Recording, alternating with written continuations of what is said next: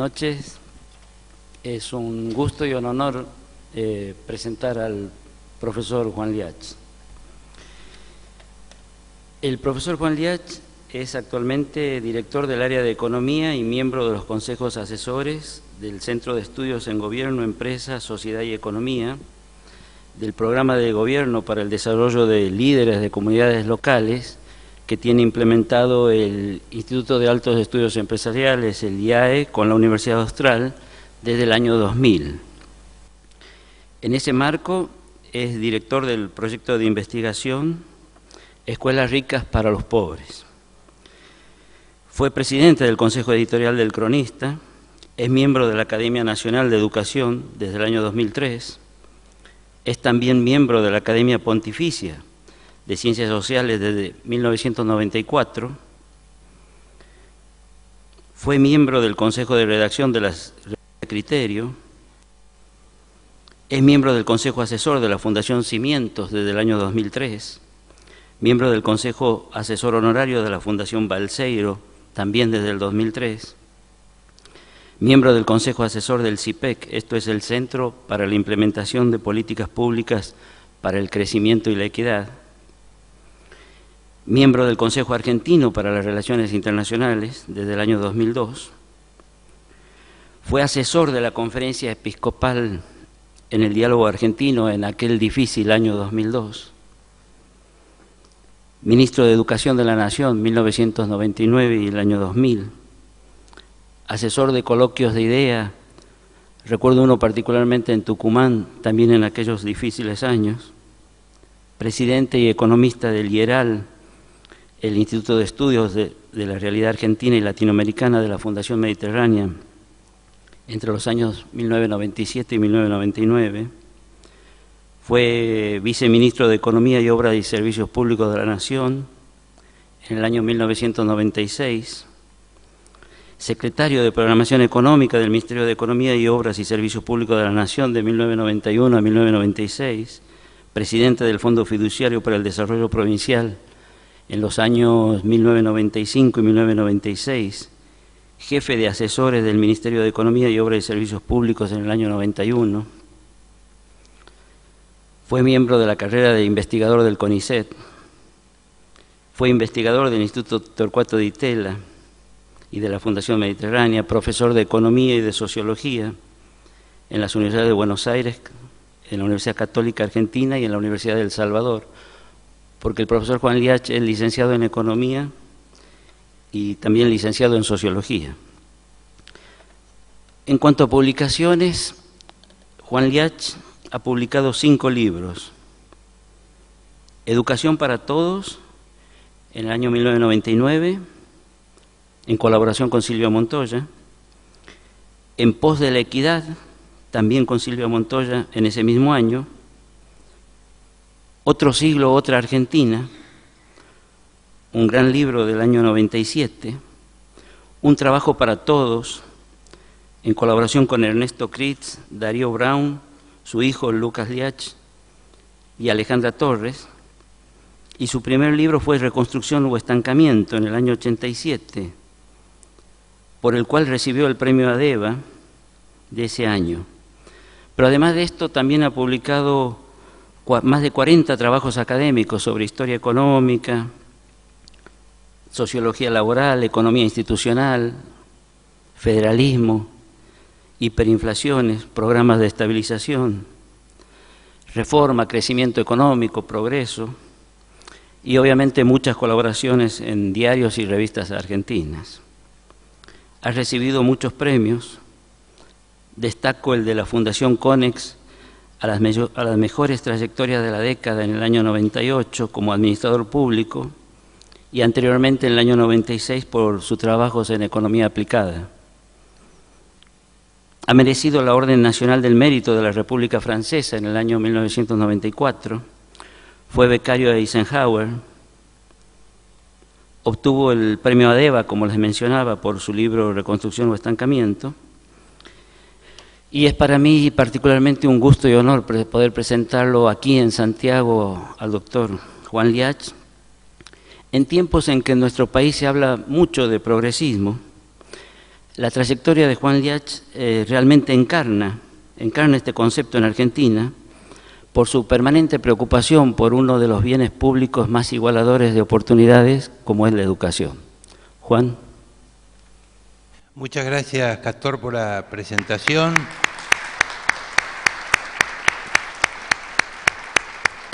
Y agradezco también de corazón a la Fundación Cultural Santiago del Estero y la Fundación Hamburgo, no solamente por haber organizado este acto y haberme invitado, sino más por ser promotores tan relevantes de la cultura en Santiago del Estero, que es una tarea que yo creo que es absolutamente fundamental, y bueno, y ver el compromiso empresario en estas tareas yo creo que es muy importante, que hace falta mucho de esto en la Argentina. Y también es un gusto compartir el panel con Fernando Iglesias, que es una persona a quien no conozco mucho, pero el solo hecho de ser un intelectual, digamos así, que ha bajado al llano de la política, me lo hace merecedor ya de un sentimiento muy favorable. Yo me voy a referir entonces sin PowerPoint, porque en realidad pregunté si había que traer PowerPoint y me dijeron que no, cosa que yo siempre hago, pero bueno, a veces es bueno, uno se ve más la cara sin el PowerPoint. Voy a tratar de ser sí breve porque, claro, sin la ayuda gráfica se puede volver un poco largo y aburrido.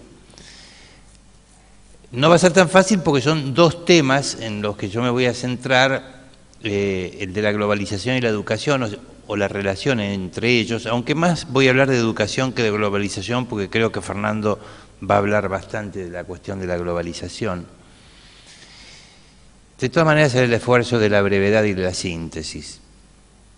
Hablando de educación, es casi obligatorio empezar mencionando a Sarmiento, pero en este caso lo hago con convicción, porque siempre me sorprendió un texto del libro de él, La Educación Popular, de 1849, informe escrito para el gobierno de Chile, en el cual él se plantea el porqué de la educación. Y en un español que obviamente no es el de nuestros días, yo lo voy a traducir al lenguaje de hoy, él dice que la educación es el principal instrumento para resolver la doble brecha que enfrentaba entonces la Argentina. Por un lado, la brecha que nos separaba de los países más avanzados, y por otro lado, la brecha social interna, la cuestión de la equidad y de la pobreza. En realidad, hoy podríamos repetir exactamente lo mismo. Las cosas no han cambiado y la educación, además de ser un bien que valoramos en sí mismo, porque es un instrumento liberador, un instrumento que, como su etimología lo indica, nos permite tratar de sacar desde dentro de nosotros todo lo que tenemos y sobre todo lo mejor que tenemos para desarrollarnos como personas, es al mismo tiempo un instrumento para lograr estos dos objetivos. Entonces, hoy como ayer tenemos estos mismos objetivos, y hoy como ayer también, y esta es la referencia corta que voy a hacer a la globalización, pero creo que es interesante, por lo menos para mí, se presenta a la Argentina una oportunidad sin precedentes, del mismo modo que se le presentó a la generación del 80, cuando finalmente las ideas de Sarmiento, aunadas a la de Avellaneda, Estrada y muchos otros, lograron finalmente plasmar una educación de gran calidad y con gran capacidad de incorporación.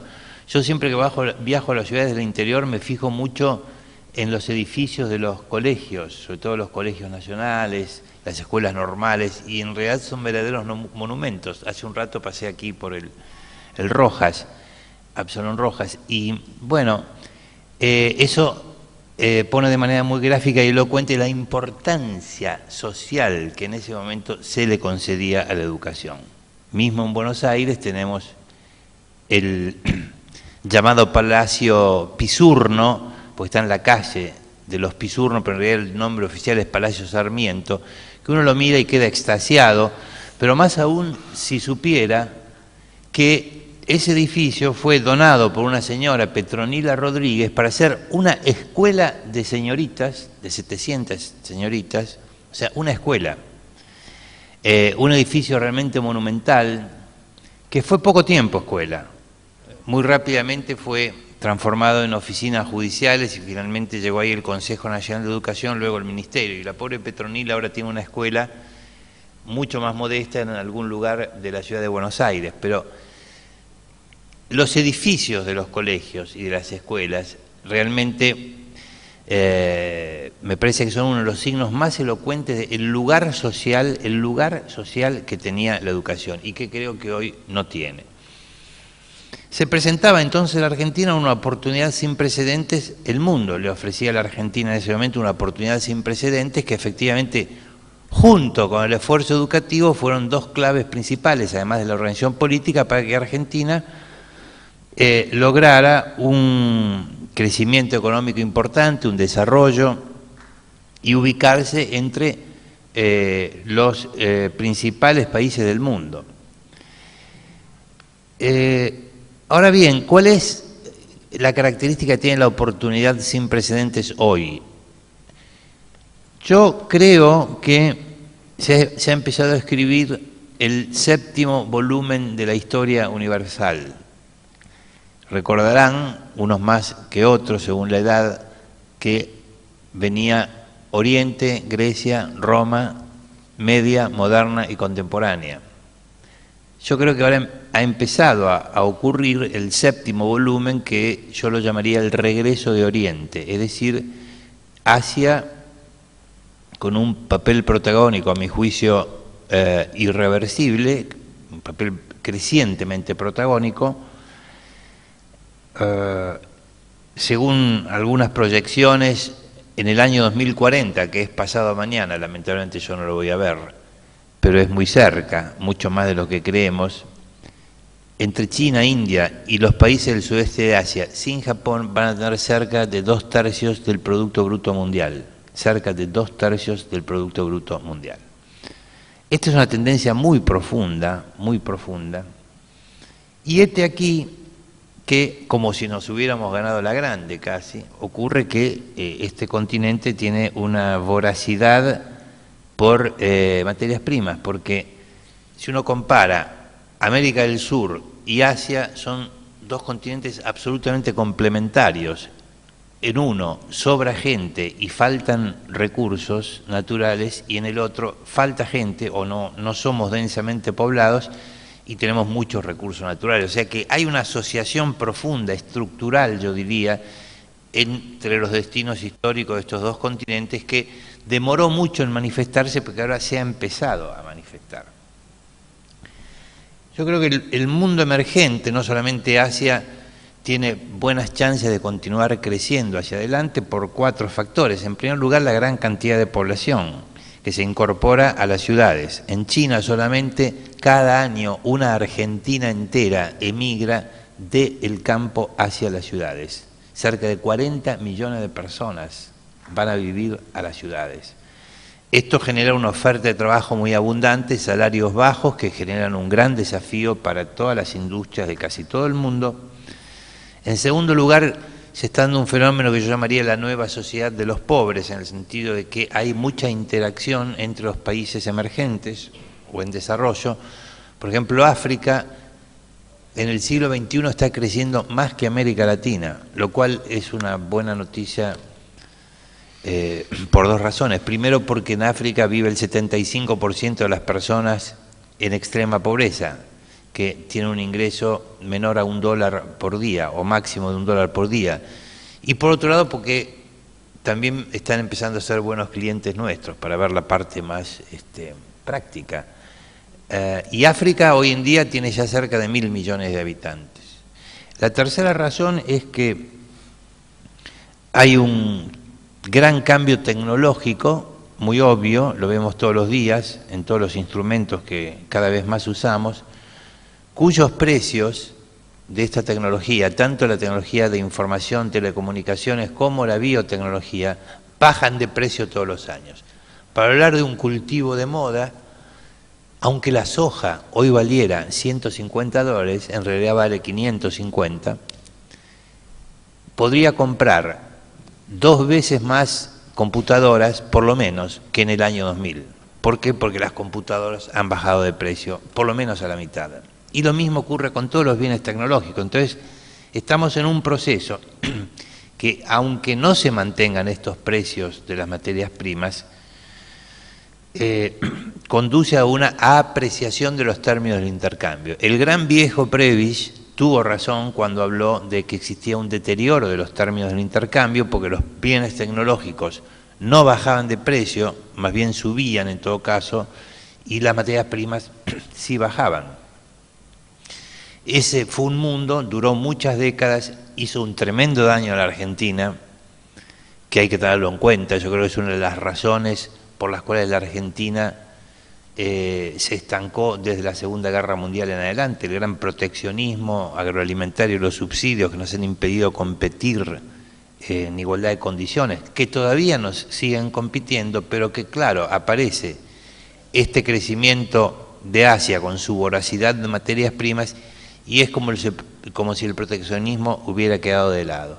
El hecho es entonces que los países emergentes pueden aumentar su productividad enormemente a través de este proceso de incorporación de tecnología. Nunca había pasado en la historia de la humanidad que quienes fabrican los bienes de alta tecnología en realidad son, por ejemplo, ingenieros en Asia que ganan 500, 600 o 700 dólares por mes, ingenieros.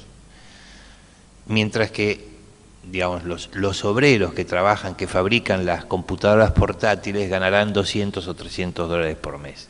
Entonces, esto es un cambio tremendamente favorable para nosotros. Y el cuarto es que, el cuarto factor que me hace a mí ser optimista respecto de que el crecimiento de los países emergentes puede durar, sostenerse en el tiempo, es que las políticas económicas que en general hoy aplican los países emergentes son mucho más sensatas que en el pasado. Si uno compara cuáles eran las políticas económicas en el anterior boom de las materias primas a principios de la década del 70 y hoy, uno ve que la mayor parte de los países emergentes pugnan por tener baja inflación, equilibrio presupuestario, si es posible superávit comercial y tratan de atraer la inversión. El caso para mí más impresionante, o quizás podemos citar dos. Uno es el de Vietnam, para los que lamentablemente vivimos durante la guerra de Vietnam y la recordamos muy bien, ver que Vietnam es hace 20 años un país formalmente comunista todavía, pero que crece al 20% anual y es considerado como una de las grandes fábricas actuales y potenciales del mundo y donde funciona una economía de mercado junto al Estado. Realmente es muy impresionante del cambio hacia un pragmatismo que se ha producido en el mundo. Y el otro, sumamente interesante también y muy cercano, es el de Alan García, porque allí es la misma persona que hace 20 y pico de años presidía Perú con una determinada política y hoy lo preside con otra política bastante diferente. Perú, como resultado de eso, ya había empezado en la presidencia de Toledo, es uno de los grandes éxitos de crecimiento económico de Sudamérica, más silenciosamente por ahí que Chile, pero en el siglo XXI se ha destacado mucho. Entonces hay un cambio muy profundo, que por supuesto tiene algunas excepciones, en cuanto a cómo encarar en el mundo contemporáneo la política económica y que por suerte es mayoritario en los países emergentes. Ahora, ¿qué particularidad tiene todo este gran crecimiento de Asia, el impacto en África, el nuevo mundo emergente? ¿Qué particularidad tiene, qué diferencia con la que se le presentó a la generación del 80? Muy importante. Durante el periodo del 80, con la integración de Argentina con Europa, el impacto favorable principal se dio en la pampa húmeda, casi exclusivamente en la pampa húmeda. Después Roca se las arregló para colocar, digamos, fomentar la industria vitivinícola en Cuyo y la industria azucarera en el noroeste y algunas otras, pero en realidad el gran beneficiario fue la pampa húmeda. La oportunidad que Asia ofrece ahora a la Argentina es muy distinta porque, como se ha visto, o se estaba viendo, quizás deberíamos decir, ahora de alguna manera hay interrogantes al respecto, el impacto positivo se daba en todo el interior de la Argentina, desde Tierra del Fuego hasta Formosa y desde Mendoza hasta Misiones, en toda la Argentina. ¿Por qué? Porque la demanda no está delimitada a los productos de la pampa húmeda, sino a todos los productos de la Argentina, y además porque ha habido cambios tecnológicos que han hecho expandir la frontera agropecuaria, etc. Entonces la oportunidad que tiene Argentina por delante es realmente, desde mi punto de vista, con un potencial aún mayor, que el que tuvo la integración con Europa a fines del siglo XIX y principios del siglo XX. Siempre que digo esto veo caras escépticas en el auditorio, ahora mismo estoy viendo algunas caras escépticas, y la pregunta, una de las preguntas que me hacen después es, pero ¿y dónde está la generación del 80? Es una pregunta que vamos a dejar flotando y en todo caso la vamos a retomar hacia el final. Entonces, yo creo, sin embargo, que lo que Argentina debería hacer no es simplemente copiar lo del pasado. El pasado hay que estudiarlo y superarlo, mejorarlo, no copiarlo. Lo otro es un anacronismo. Entonces, Argentina tiene que invertir y bien en educación, como lo hizo con la generación del 80, que logró que hacia 1930, por ejemplo, Argentina tuviera una tasa de escolarización bastante más elevada que la de Europa del Sur. O sea, había apenas Estados Unidos, Canadá, Australia y algunos países de Europa del Norte, quizás no más de una docena en total de países en el mundo, en el año 1930, a 50 años del proyecto del 80, que tenía un nivel de escolarización más alto que la Argentina. O sea que la hicieron en serio. Hicieron los colegios que podemos todavía disfrutar. Pero no sería suficiente copiar el pasado, yo creo, por dos razones. Primero, y acá voy a permitir una crítica pequeña a Sarmiento, elogiando a un tucumano, no sé si será correcto hacerlo esto en Santiago del Estero, pero de todas maneras lo voy a hacer, que fue una de las muchas polémicas que tuvo con Alberdi. Vivieron discutiendo toda su vida de todos los temas, casi que diría que buscaban temas para poder discutir. Pero en uno, yo creo que Alberdi tenía bastante más razón que Sarmiento, y era respecto a qué función debía cumplir la educación. Sarmiento tenía la visión de la formación del ciudadano, esencialmente, formar al ciudadano, cosa con la que nadie puede estar en desacuerdo. Y Alberdi decía, está bien formar al ciudadano, pero también tengo que formar a la persona para el mundo del trabajo, el mundo de la producción y el mundo de la empresa. La impronta que quedó instalada en el sistema educativo argentino no fue la de Alberdi, sino la de Sarmiento. Y yo diría que en toda América Latina ha ocurrido algo parecido, y creo que esto ha sido un problema para la Argentina y para muchos países latinoamericanos. Es decir, una especie de distancia muy grande entre el mundo de la educación y el mundo del trabajo y la producción. Se crearon las ramas, después sabemos, estaba el bachillerato y la normal, que eran las dos principales, las dos que tenían prestigio social, que es muy importante también el prestigio social, porque la gente también seguía por eso.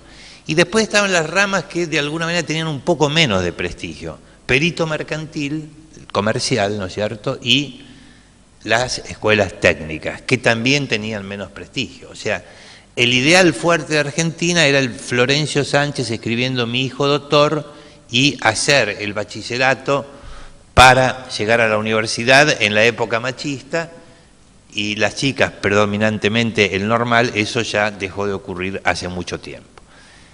Esto yo creo que es una cosa que Argentina debería tener muy en cuenta hacia el futuro. Los desafíos de la educación argentina hoy son varios. Empecemos por una buena noticia. No tengo muchas para dar, pero voy a dar esta. Algo es algo. Si uno ve la tasa de escolarización en la Argentina, es realmente muy buena. la esperanza de escolaridad de un chico que empieza hoy el preescolar, que empezó este año el preescolar, es 17 años y medio. Esto quiere decir que en promedio ese chico va a estar dentro del sistema educativo 17 años y medio, no que va a estar hasta los 17 años y medio. Hay en una pequeña nota al pie de página algo que debo acotar, y es que, para bien o para mal, nunca se sabrá, la esperanza de escolaridad de las mujeres es de 18 años y medio o algo por el estilo, y la de los varones es casi un año y medio menos. Es decir, que ya se ha producido un cambio sustancial en el sentido que la esperanza de escolaridad de las mujeres es claramente mayor que la de los varones. Este es un hecho muy positivo. A partir de ahí empiezan varias noticias regulares o malas, es decir, desafíos muy importantes que tiene Argentina si queremos estar a la altura de esta oportunidad extraordinaria que nos ofrece el mundo, pero además si queremos construir una sociedad más equitativa y erradicando la pobreza de manera profunda y estructural y permanente, y no con paliativos de naturaleza paternalista o clientelista. La primera es la cuestión de la equidad, ¿no es cierto? Es decir, el bien educación está muy desigualmente distribuido. La segunda es la cuestión de la calidad. En este aspecto realmente hemos recibido cargas de profundidad debajo de la línea de flotación en los últimos 6 meses. La primera fue la prueba internacional PISA, que realiza la OECD con asesoramiento de UNESCO, donde Argentina, que primero participó en el 2000, después se borró y volvió a participar en el 2006, fue el país que más empeoró. El país que más empeoró entre el 2000 y el 2006 fue Argentina. Prueba que se toma a los 15 años de edad. Lógicamente, esto hay que tener en cuenta que de los 180 y pico de países que hay, solamente 57 se animan a presentarse. O sea, no es que estamos comparando todo. Hay que animarse a esa prueba, pues muy exigente. Y hace cosa de un mes salió de la UNESCO, esta para América Latina y para chicos de tercero y sexto grado, en la que Argentina ya aparece dentro del bloque latinoamericano cuarta, quinta o sexta, dentro de los países latinoamericanos, muy inferior el desempeño al de 10 años antes. Aparece el estado de Nuevo León en México, que decidió participar por su cuenta de las pruebas y figura en muchos casos mejor que la Argentina. Entonces, esto realmente es un signo de gran preocupación, yo diría de gran preocupación, porque nos está mostrando que hubo una gran expansión del sistema educativo, hubo una gran incorporación, pero que la variable de ajuste fue la calidad, y lo fue de manera muy grave, muy importante. Yo pensaba ahora, a partir de este momento, empezar a recorrer con ustedes, mientras todos podíamos ir como rememorando las etapas de nuestro proceso educativo, cada uno de los niveles de enseñanza, pero no me va a dar el tiempo, así que voy simplemente a mencionar algunos flashes de cada uno de esos niveles de enseñanza. El primero, la educación inicial y el desarrollo infantil. En la educación inicial está bien la ley que se plantea universalizar la sala de 4, esto es absolutamente fundamental. Las neurociencias nos traen un mensaje claro y contundente, con su reciente progreso, que no tiene más de 10 años de antigüedad, en el sentido de que, en la medida en que yo tenga una buena educación inicial y una buena educación en los primeros años de la primaria, es posible recuperar procesos de desarrollo lento cerebral que hayan tenido los chicos como consecuencia de insuficiente estimulación o de problemas nutricionales. Este mensaje todavía el sistema educativo no lo ha incorporado en plenitud, es un mensaje muy esperanzador. Entonces yo creo que la educación inicial debería tener un lugar más prioritario que el que tiene actualmente.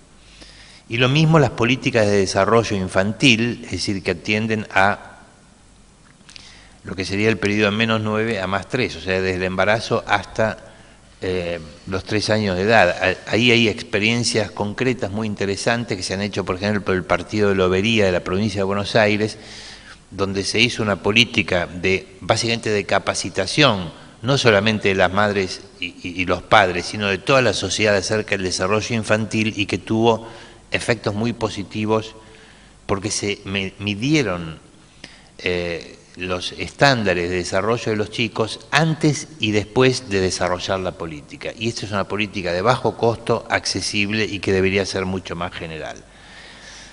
En la educación primaria nos encontramos sobre todo con una realidad muy amarga, en realidad en todo el sistema educativo, y es de escuelas pobres para los pobres, es decir,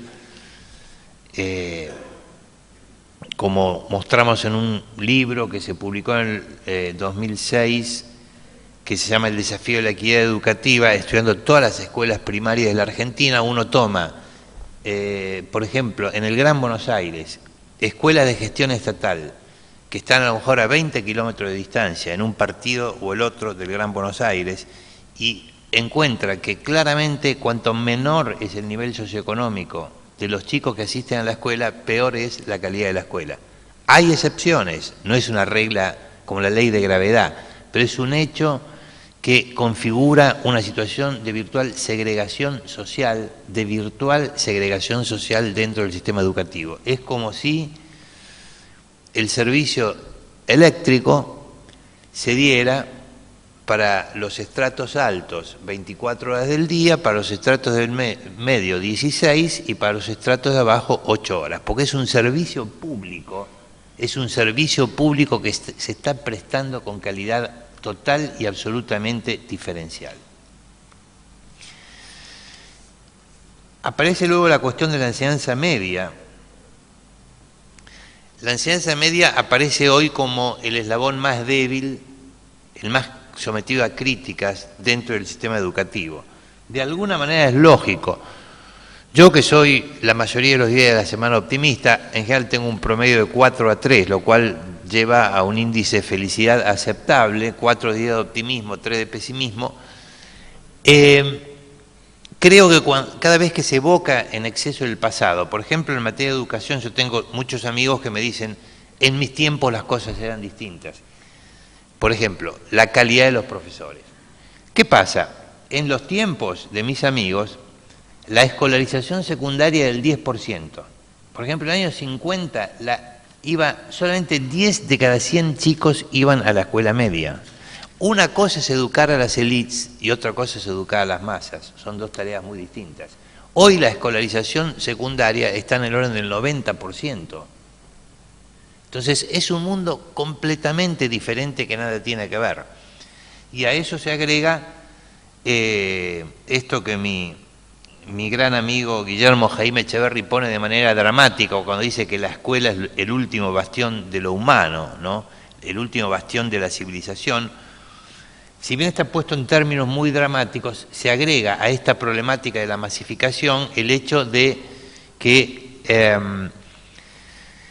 hay un grado de choque o conflicto cultural entre los valores que por un lado trata de impartir la escuela y los valores que por otro lado los chicos, los adolescentes sobre todo, viven en la sociedad, en distintos aspectos de la sociedad, donde antes estas dos cosas era como que miraban para el mismo sitio y hoy están en permanente tensión. Entonces la tarea de educar hoy a los adolescentes ofrece desafíos absolutamente inéditos, totalmente distintos a la época heroica de cuando Sarmiento trajo a las maestras de Estados Unidos y las mandó a casi todas las provincias argentinas en un gesto de locura total, pero que evidentemente marcaba su profunda vocación globalizadora en el buen sentido de la palabra, es decir, de absorber lo bueno que había en otros países. Hoy se imaginan lo que sería maestra norteamericana en una escuela, aparte que sería anacrónico, pero quiero decir, hay un grado de conflicto cultural que hace la tarea educativa mucho más difícil.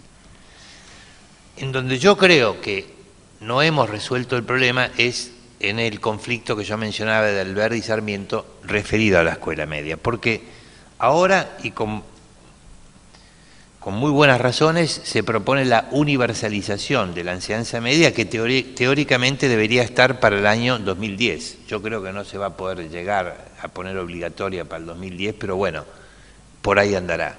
Y está muy bien que así sea. Ahora, no estaremos perdiendo la oportunidad de traerlo al verde y ponerlo dentro de la enseñanza media en el sentido de que la enseñanza media realmente capacite para el mundo del trabajo.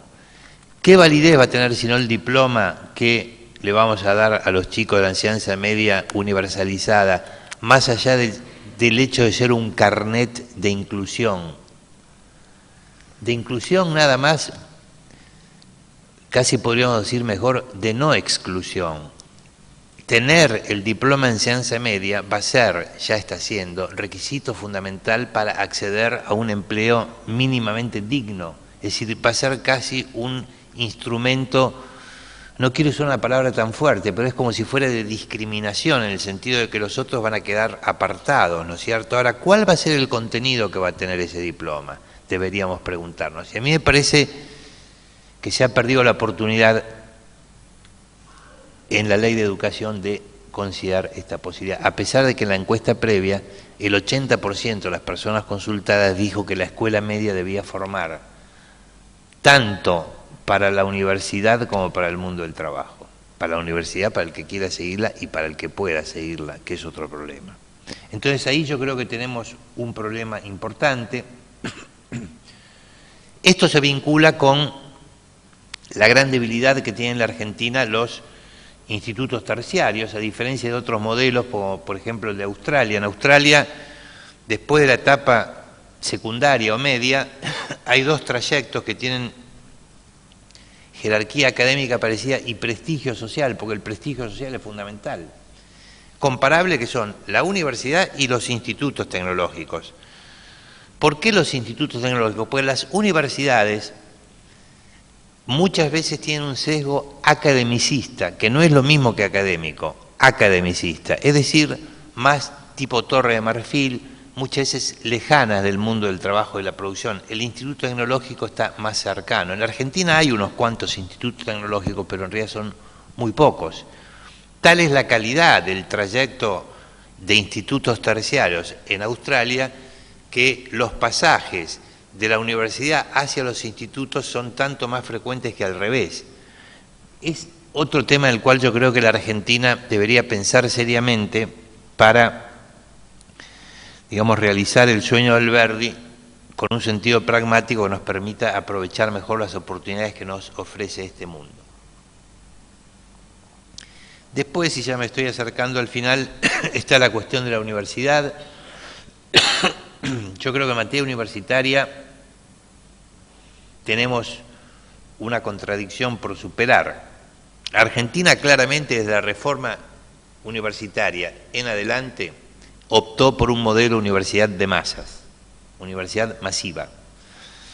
Ahora, ese esquema que yo comparto, yo no creo en una universidad de élite, creo que hay que dar el más amplio acceso posible a la universidad, es incompatible con el sistema de financiamiento, incompatible, no cierran.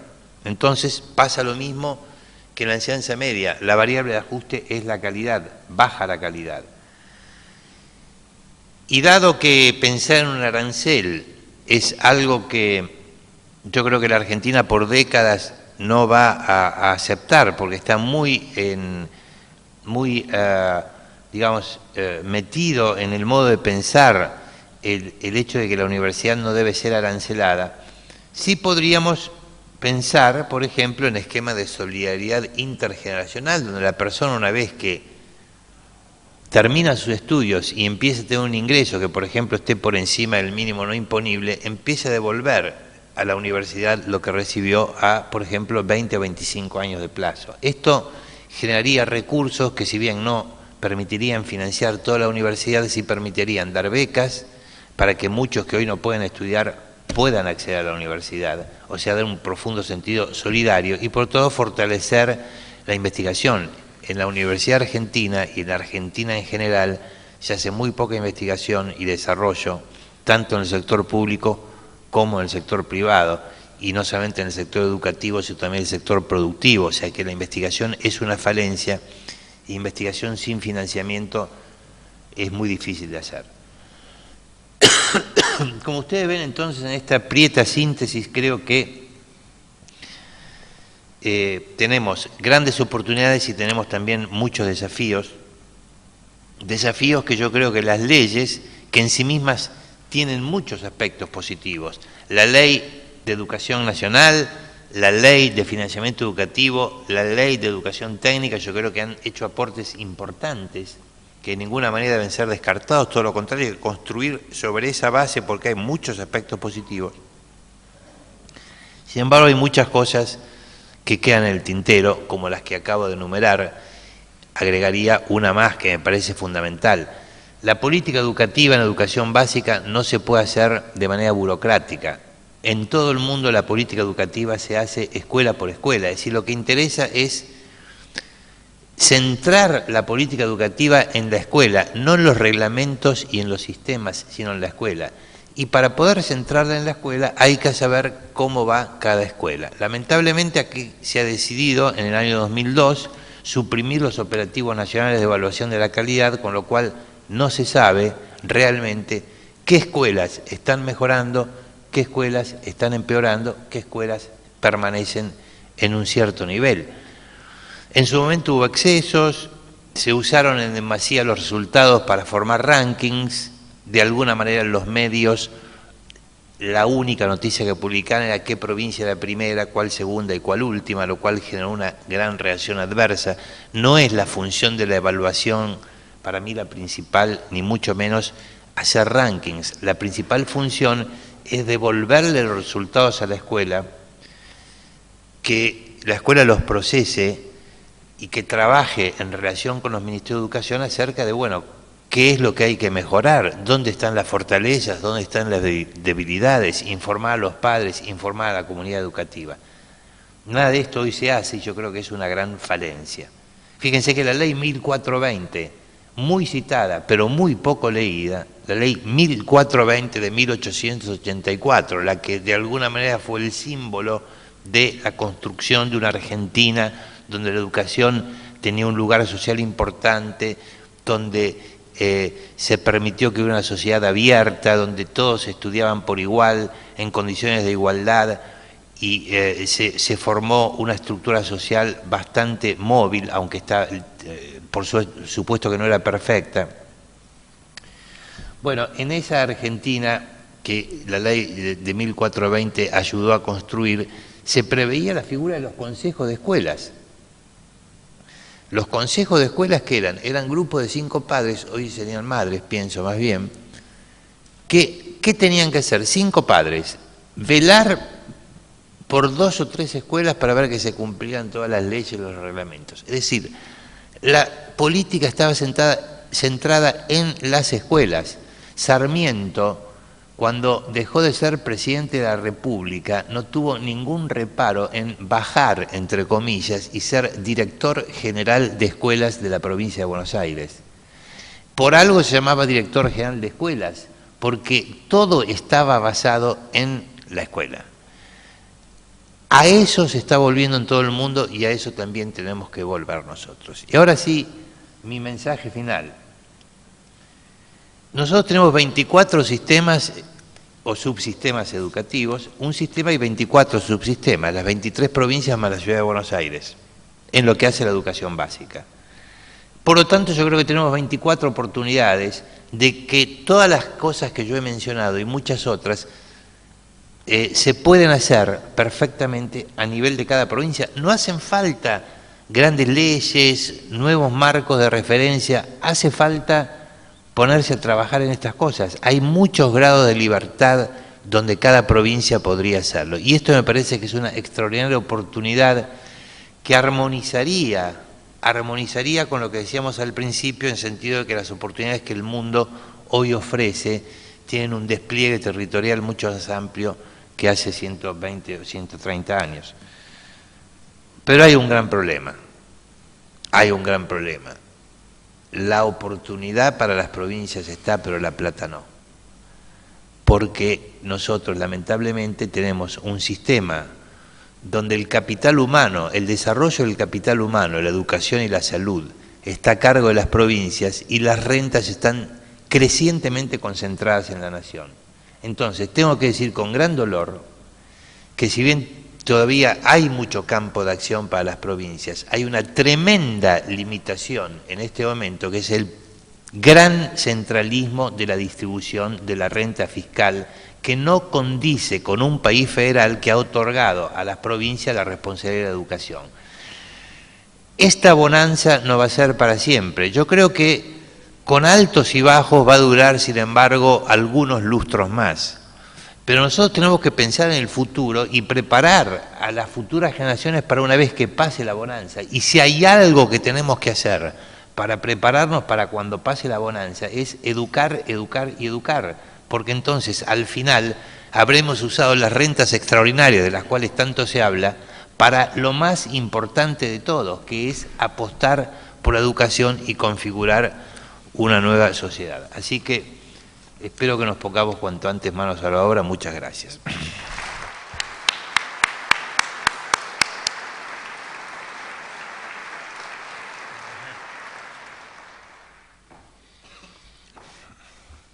Señoras y señores, dentro del ciclo La Argentina y el Mundo, la Fundación Cultural Santiago del Estero y la Fundación Hamburgo programaron para esta noche la segunda parte de las exposiciones relativas al tema los contenidos educativos, los valores y la globalización. Acabamos de escuchar las valiosas opiniones del especialista en la materia, el licenciado Juan Yach.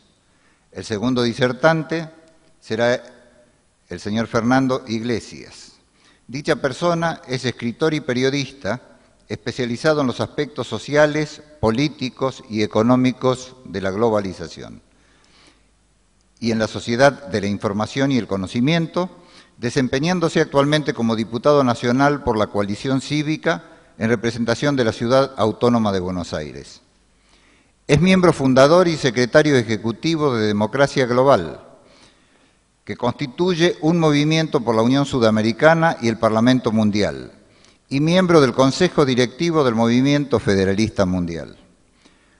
Como escritor, fue distinguido con el Premio TEA 2002 por su obra Para todos los hombres del mundo, y ganador del Premio Perfil 2006 en Por qué la ONU debe cambiar. Colabora permanentemente como periodista con diversas publicaciones de Francia, Italia, Alemania y Suiza, y en nuestro país publican sus comentarios Clarín, Revista Eñe, Tres Puntos, Noticias, La Voz del Interior, Diario Ciudadano, Enfoque, Perfil y La Nación. Ha dictado conferencias en el Fórum Internacional de Montreal, el Fórum Social Mundial de Porto Alegre y el Parlamento Europeo, y dictó seminarios en el Departamento de Ciencias Políticas de la Universidad de Torino. Seguramente los comentarios del disertante nos motivarán a profundizar y reflexionar sobre temas que en los últimos años parecería que la sociedad argentina quisiera ignorar, tales como los efectos de la globalización que generan cambios permanentes, los roles que deben cumplir los maestros y los alumnos y los contenidos educativos que deben brindarse a las nuevas generaciones. Todo ello condiciona nuestro futuro, y si realmente aspiramos a vivir en un país republicano, democrático y federal, los santiagueños deberíamos abocarnos de inmediato a mejorar la formación de nuestros niños y jóvenes y la inserción de nuestra sociedad en un nuevo mundo que exige interpretar adecuadamente los cambios para promover su desarrollo cultural, económico e institucional. A los señores Iglesias y Yach, que nos honran con su presencia, y a todos los presentes, mucho agradecemos por acompañarnos esta noche. Queda con ustedes el señor Fernando Iglesias.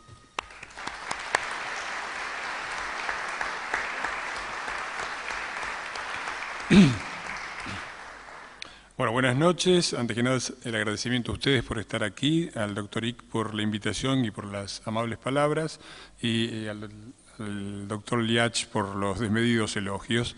Es para mí una alegría estar en Santiago del Estero. digo con vergüenza que es la primera vez que vengo y espero volver muchas veces para compensar mis faltas anteriores. Para entrar en hablar de educación, yo voy a hacer una introducción que me va a llevar bastante tiempo, porque creo que es imposible pensar la educación actual sin entender 4 claves básicas del mundo en el que estamos viviendo.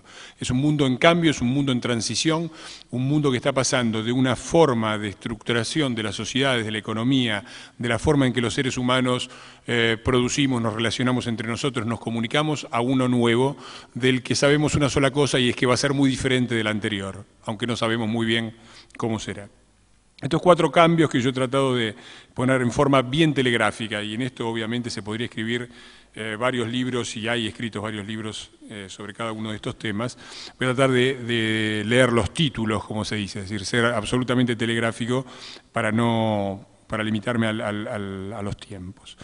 El primer cambio es el cambio que tiene que ver con lo específico de la globalización, es decir, el pasaje de un mundo en el cual los estados nacionales eran el centro del universo social, político, económico, a un mundo donde el centro del universo son sobre todo los procesos sociales globales, tanto desde el punto de vista económico, como desde el punto de vista tecnológico, como desde el punto de vista político, demográfico, del medio ambiente, etc.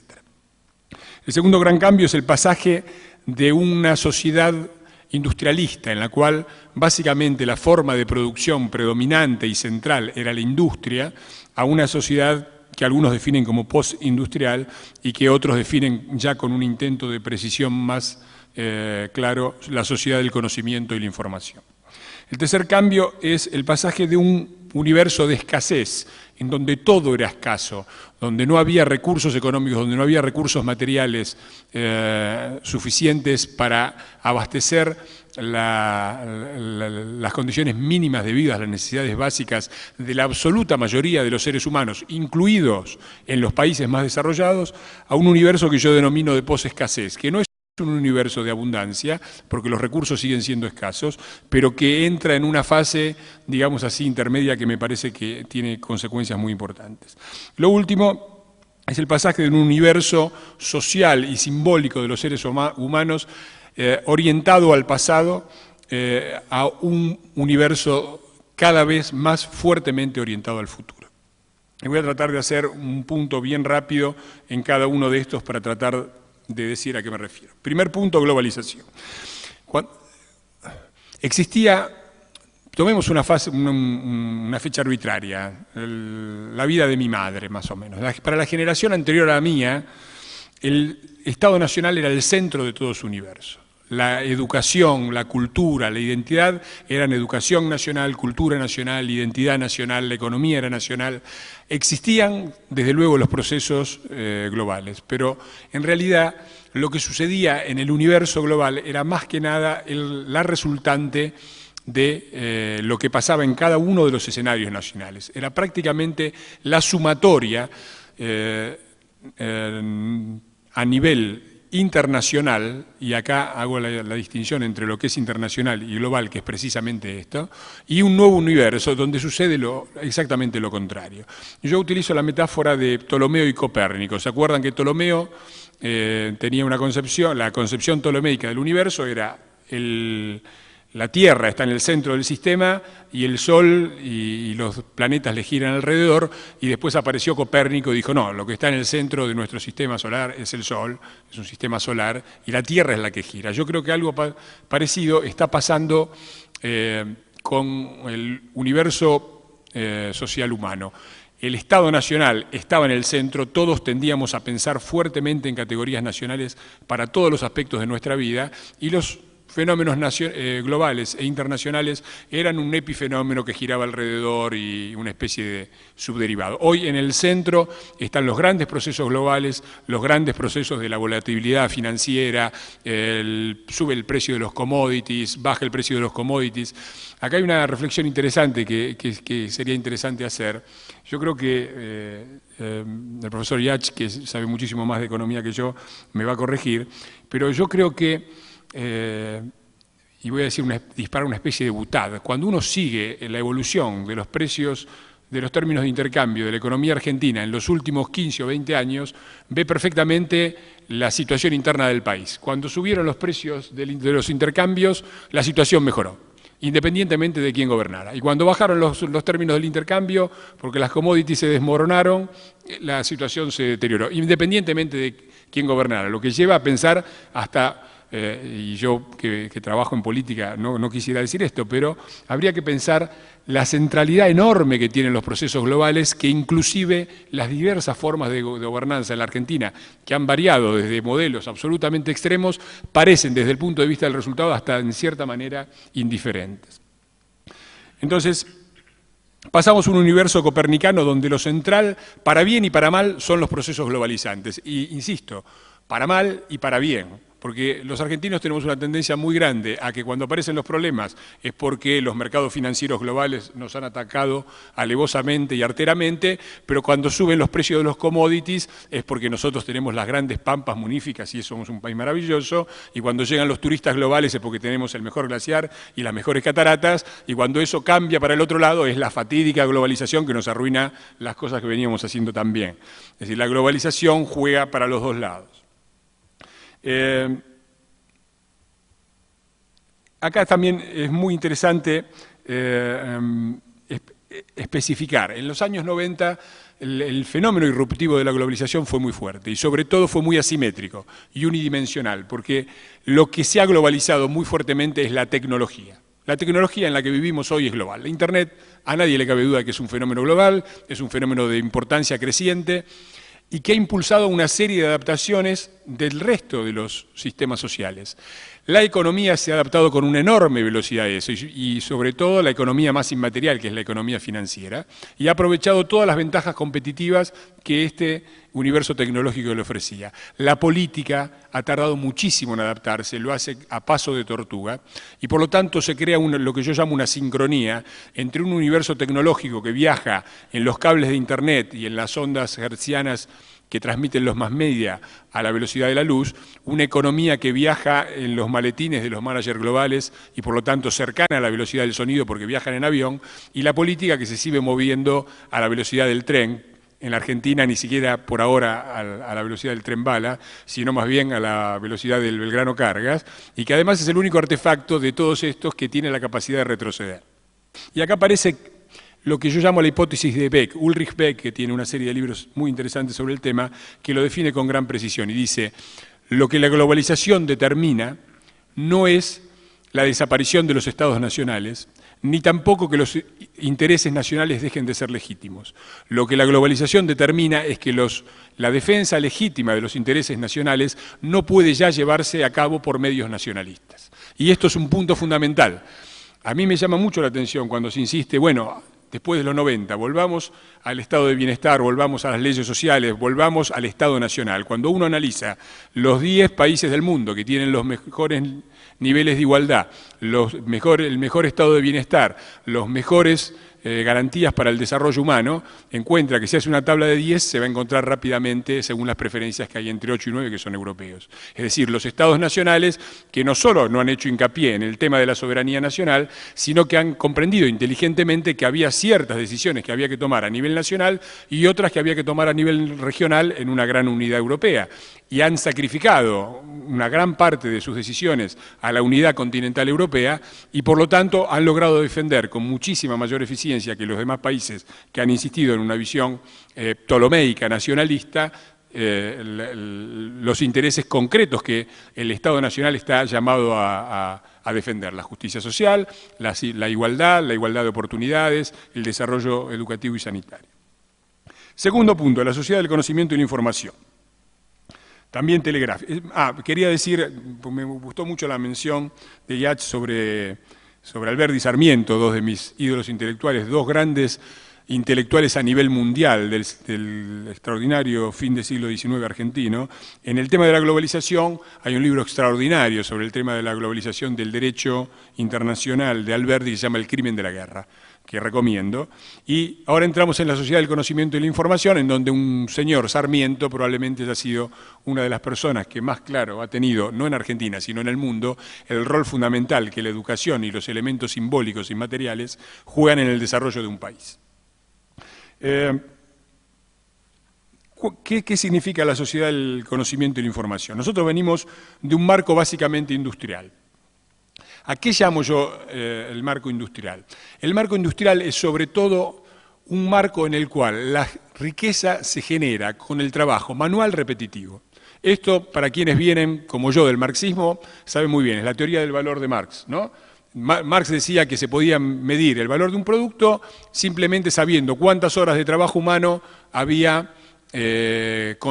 llevado a producirlo. Por lo tanto, si esta agenda había llevado el doble de horas de trabajo humano que esta lapicera, esta valía 2, esta valía 1. Esa es la teoría de valor marxista, reduciéndola a su esqueleto. Pero acá hay varios supuestos. El primero es que el trabajo es siempre el mismo y que el valor de una hora de trabajo es siempre el mismo en cualquier contexto. Y esto era cierto en los tiempos de Marx, donde el trabajo era sobre todo trabajo manual y era trabajo repetitivo. Ahora, ¿a quién se le puede ocurrir en la sociedad de hoy que una hora del valor de una hora de trabajo de Bill Gates tenga el mismo valor que una hora de trabajo mía? Está bien claro que no lo tiene. Entonces, hay una parte fundamental en la forma de generar la riqueza que es la del industrialismo que ha saltado por los aires. Ya no es el trabajo manual, sino... De manera que el sector agrario se transformó en una rama de la industria. Y que la polémica, quitémosle al campo para darle a la industria, cosa que parece estar bastante de moda últimamente, fue una visión absolutamente zombie que hoy queda muy clara en la Argentina de hoy. Se paró el campo y todo el sector industrial que giraba alrededor del campo se vino abajo inmediatamente.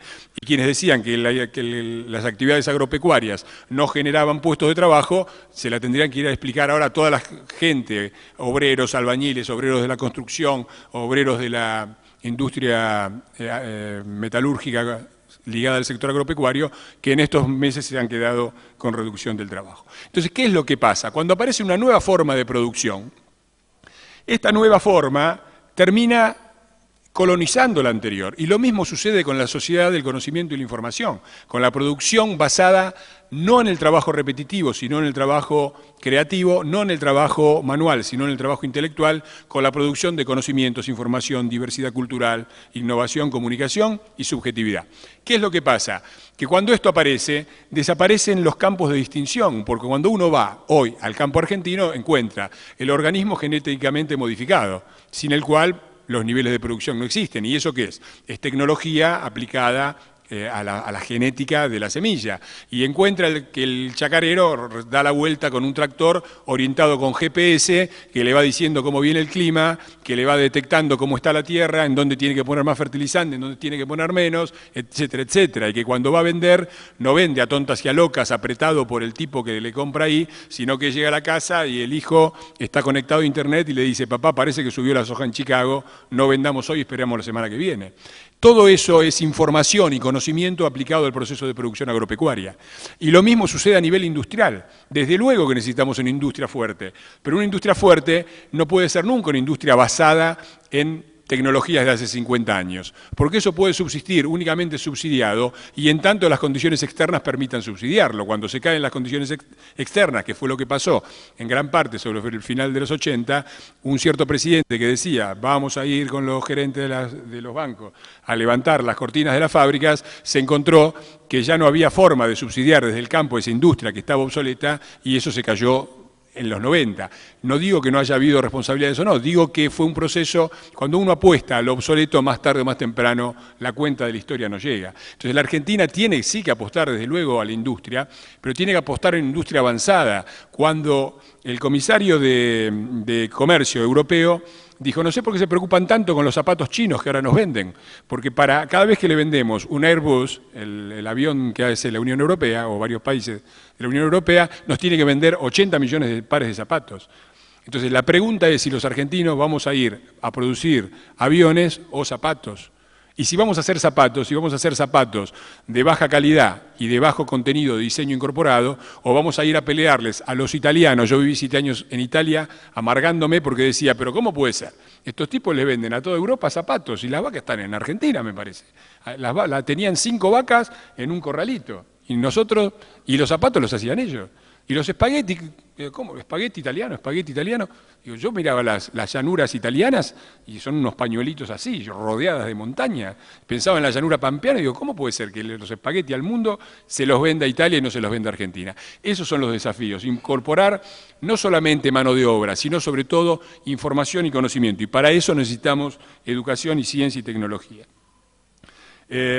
Digo que la sociedad de la información no son los servicios. La sociedad de la información es una forma de producción basada en el trabajo de alta calidad intelectual, creativo y no repetitivo, y que borra la distinción. Ya no importa si producimos un grano de cereal, si producimos un zapato, si producimos un avión, si producimos un servicio. Lo que importa es la cantidad de valor agregado, y hoy el valor agregado es conocimiento e información agregadas al producto. Eso es lo decisivo, y no la vieja distinción y las viejas peleas campo contra industria o servicios contra todo lo demás.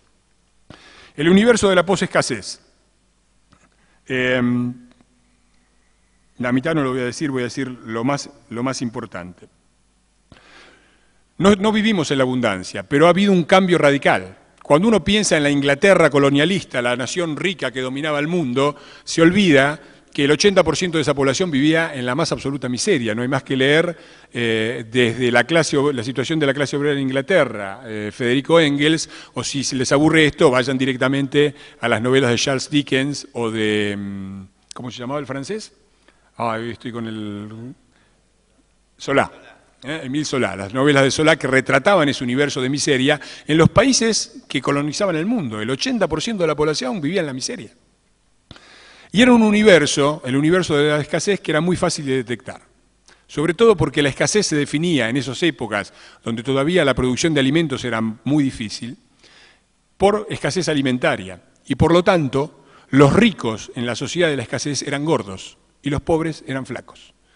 Y es más, la gordura era un símbolo de riqueza. Todos se acuerdan de las sociedades árabes donde se pesaba al emperador y del otro lado se ponía oro. ¿Por qué? Porque cuanto más gordo era que era muy rico, porque comía bien. En la sociedad de posescasez en la que vivimos, inclusive en la pobre Argentina de nuestros días, sucede lo contrario. Resulta que ahora los ricos son flacos y los pobres son los que son gordos. Y hay un estudio muy interesante que salió la semana pasada de cómo los programas alimentarios para los chicos, efectivamente, de CIPEC, no solo no han solucionado el problema de la desnutrición, sino que han hecho que apareciera la obesidad en los mismos chicos que siguen estando desnutridos, porque el problema de la nutrición es un problema simbólico y ya no material. Entonces, acá aparece un nuevo paradigma. Digo, en la Revolución Francesa les hubiera llamado muchísimo la atención que un sector sindical se denominase los gordos. Realmente se hubieran sorprendido mucho. Y esto es un universo de posescasez, inclusive en un país como el nuestro, a la vera del camino, con grandes crisis, con grandes problemas en los últimos años. ¿Qué quiere decir la escasez? El fin de la escasez como la conocimos. ¿Quiere decir que abundan los recursos para todos? No. Quiere decir que ciertos elementos que eran el centro dejan de ser el centro de la vida porque ya en cierta forma abundan. Aún en la Argentina en crisis, la absoluta mayoría de la población argentina, más del 90%, sabe hoy que mañana va a comer. Esto es un hecho inédito en la historia de 100 años atrás, era absolutamente impensable. Y esto es lo que se llama el universo de posescasez, que primero arranca por los alimentos, pero ya los productos empiezan a perder su valor también, justamente por eso, y lo que empieza a ser escaso y a valer cada vez más es la información, el conocimiento, lo que he denominado factores crisis. Y este universo de fin de la escasez es el fin de la suma cero. Porque cuando hay escasez, cuando el sistema productivo es muy impotente y crea muy poca riqueza, es una estrategia muy importante apoderarse de la porción más grande que se pueda de la torta, porque hay poco, la torta es chiquitita, el que agarra una porción importante sobrevive, el que no se muere. Cuando en cambio la torta se agranda y se agranda y se agranda y continúa a agrandarse porque el sistema tecnológico es cada vez más poderoso para crear riqueza, los problemas de la economía y de la política cambian. Entonces, por ejemplo, en el aspecto económico, la idea del universo de suma cero y de repartámonos la torta, los grandes contra los chicos, ya no existe más. A mí es otra polémica que aparece muy fuerte al lado del tema del campo y que es otra polémica verdaderamente curiosa. Digo, a mí no se me ocurre ver a Angela Merkel que salga un día a decir, tenemos un serio problema, la concentración de las empresas automovilísticas en Alemania, grandes enemigos del país, la Mercedes-Benz, la BMW, la Volkswagen. Yo creo que la echan al otro día. Entonces, ¿cuál ha sido el tejido? La complementariedad que tiene un tejido productivo muy bien hecho en Alemania, donde esas empresas, que efectivamente son 4 o 5 y dominan todo el mercado, el 100% de la producción se la llevan 5 empresas, cuando acá se habla de concentración del campo, se dice que 1.500 productores dominan el 50% del mercado, y a mí me gustaría alguien que me nombrara otro sector de la economía productiva argentina donde la cifra sea más desconcentrada que esa. Uno solo, creo que no hay.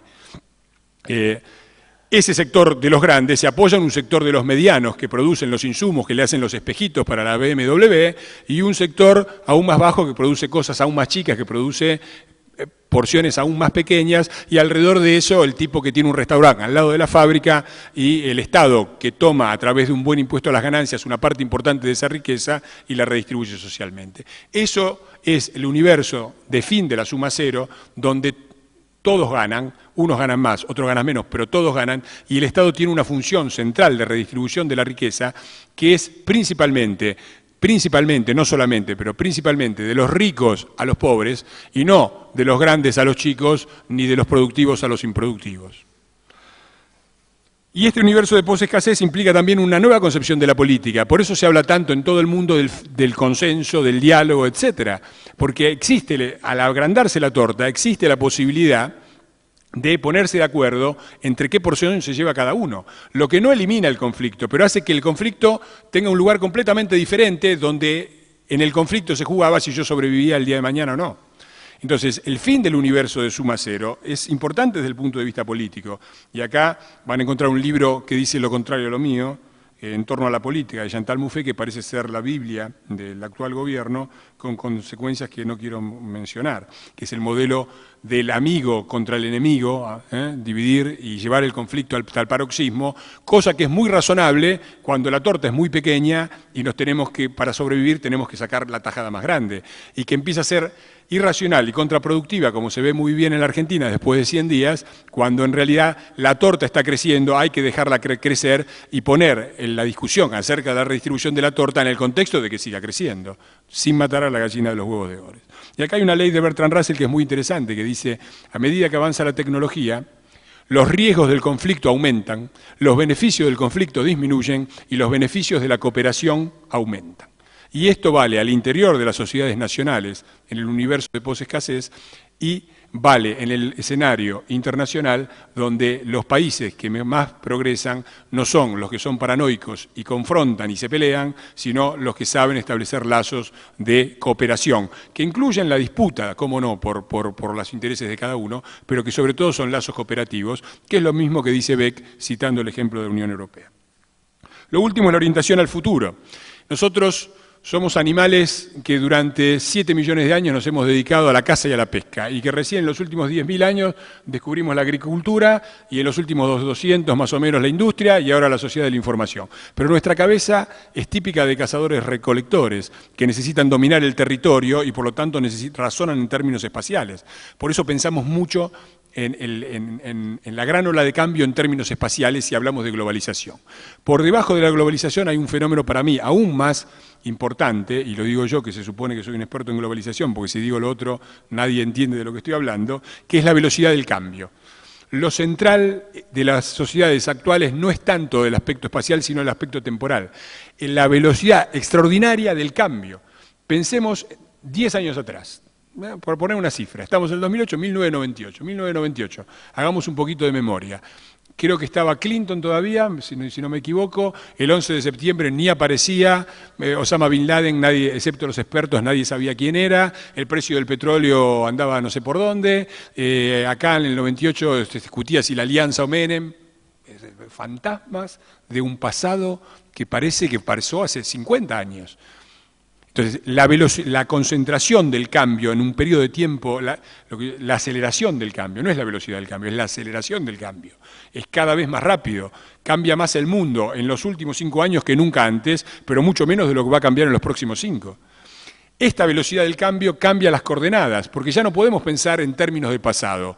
Tenemos que pensar en términos del futuro, porque el futuro se nos viene encima a una velocidad arrasadora, y si no entendemos lo que está pasando ahora, menos vamos a entender lo que puede pasar en el futuro, y por lo tanto nunca vamos a poder dar respuestas correctas.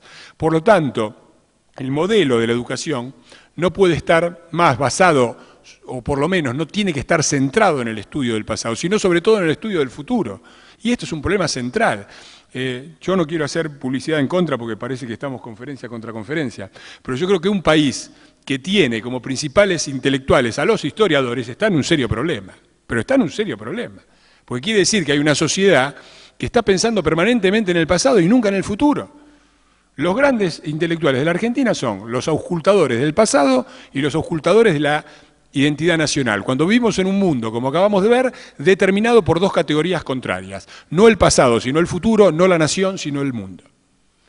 Y esto, por supuesto, no quiere decir que hay que olvidar el pasado. Yo soy militante de derechos humanos desde el año 81, no del año 2003. Desde el año 81, la primera vez que yo fui a la Plaza de Mayo con las madres fue en el año 81. De manera que no estoy diciendo que hay que olvidar el pasado, pero cualquiera que haya pasado por la experiencia psicoanalítica sabe que el pasado sirve para pensarlo, para reestructurar el futuro. Y que si yo voy a mi analista y le digo, ahora me acuesto en el diván, y hasta que no haga las cuentas con mi pasado, no me levanto de acá, mi analista, si es una buena analista, me agarra de los pelos, me da una buena patada en el fondillo y me dice, no, el pasado hay que analizarlo para entender el futuro, para entender el presente, no para quedarse fijado y repetir eternamente los traumas de él. Y esto es una cosa fundamental, la orientación al futuro. Y cuando digo la orientación al futuro, digo no solamente las nuevas tecnologías, porque también acá se habla todo el tiempo del rol importante del Estado sobre el sector privado, y yo soy un socialdemócrata, me considero un socialdemócrata, por lo tanto estoy a favor de la intervención del Estado en la economía, pero no estoy a favor de las intervenciones estúpidas del Estado en la economía, que son otra cosa. Pero, por ejemplo, nuestros chicos, ¿dónde aprenden computación? Aprenden computación en el cibercafé, en una entidad privada, con todo lo que tiene el cibercafé, de pornografía para adelante. Y no lo aprenden en la escuela. Entonces hay que hacer menos discursos sobre la intervención del Estado y hay que hacer que los chicos aprendan computación, inglés, en la escuela y no en donde le venden otras cosas junto con eso. Y estos nuevos valores, por supuesto, son valores que hacen que la educación tenga que estar orientada, sobre todo, y sin olvidar ni la nación ni la tradición, pero el punto central tiene que ser comprender el mundo y el futuro. Los intelectuales deberían debatir hoy cómo hacemos para introducir las nuevas tecnologías junto con los nuevos valores dentro del proceso educativo y no a estar discutiendo si Mariano Moreno fue o no el primero de los desaparecidos. Y voy entonces a la educación. ¿Qué significa esto? Nosotros definí el universo anterior como un universo nacionalista, industrialista, no industrial, industrialista, en el sentido de que no solamente estaba a favor de la industria, sino que consideraba que la industria era el centro vital del desarrollo económico y social de un país, una visión que todos los países avanzados están dejando atrás. Hoy la participación en el PBI de la industria argentina es mayor que la de Europa y la de los Estados Unidos. Es decir, la Argentina es más industrial que Estados Unidos, no menos, es más industrial. El problema que tiene es que su incapacidad de incorporar información y conocimiento a los productos, ya sean industriales, agropecuarios o de servicios, es mucho menor. Y por lo tanto, el futuro no está en aumentar la proporción de la industria en el PBI nacional, sino hacer que la industria, el agro y los servicios incorporen cada vez más información, conocimiento, diversidad cultural. Y esto es una extraordinaria oportunidad para la Argentina, precisamente porque los argentinos, y acá, disculpe, somos muy malos como obreros. En realidad los chinos, cuando dicen hay que industrializar, van a tener que competir con China. O sea, si industrializar se entiende por la fabricación manual y el trabajo repetitivo, inclusive de computadoras, hay que ir a los 200, 300 dólares que ganan los obreros industriales de China que trabajan en esos sectores. Y trabajan en esos sectores 6 días por semana, 12 meses en el año, sin parar, 10 horas por día, sin levantarse para ir al baño, sin armar huelga, sin fumar, sin nada. Entonces, a mí que me convenzan a Moyano y a los muchachos de que tienen que trabajar así por 200, 300 dólares y después hablamos de la industrialización viejo modelo, porque si no, no cierra. Y lo digo, aunque lo digo con tono irónico con respecto a Moyano, esto es uno de los grandes aportes que ha hecho el peronismo al país, Por suerte los muchachos no quieren trabajar así, tienen razón en no. ¿Quién quiere trabajar en esas condiciones toda la vida? ¿Quién puede pensar que ese puede ser un sueño para sus hijos? Y a mí me llama la atención, porque estoy seguro que todos ustedes, que son personas educadas e inteligentes, pero también todos los que hablan del industrialismo o viejo estilo, no mandan a los chicos al gimnasio a que se pongan fuertes para poner mucho trabajo y esfuerzo en la producción industrial. Los mandan a la universidad, los mandan y le dicen, ojo nene, dale con la computación, dale con el inglés. ¿Qué es lo que le están diciendo a los chicos cuando dicen? Bueno, le están diciendo que van a trabajar en el futuro en la sociedad de la información y el conocimiento, y es una sociedad global, y por lo tanto hay que saber internet y computación, porque si no, no te puedes conectar. Y esto que todos hemos entendido perfectamente en el plano individual, porque nadie manda al hijo y le dice, el trabajo repetitivo, industrial, manual, anda a entrenarte al gimnasio, a nadie se le ocurre, no lo entendemos en términos del país.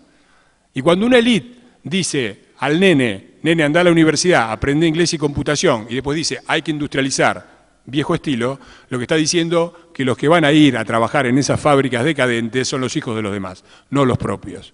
Entonces, acá lo que se necesita, básicamente, es que la enorme oportunidad que está generando el contexto global tan favorable en términos de recursos sea invertida eficientemente, no en subsidiar sectores obsoletos, sino en provocar una explosión de educación, de ciencia y de tecnología que permita un salto cualitativo de la sociedad argentina en todos sus sectores, incluido el industrial.